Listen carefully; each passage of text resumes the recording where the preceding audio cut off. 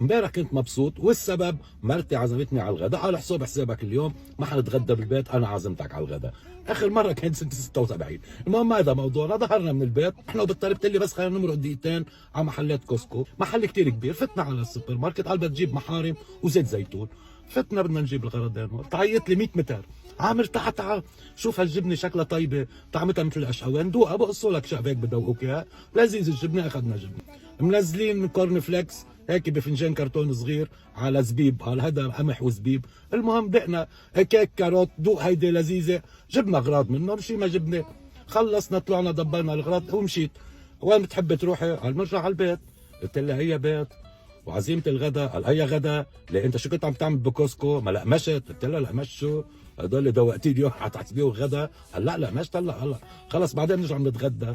ايه بس رجعت على البيت حبيبي، قلت له قليت بيت غديت. هو حدا يروح مع مرته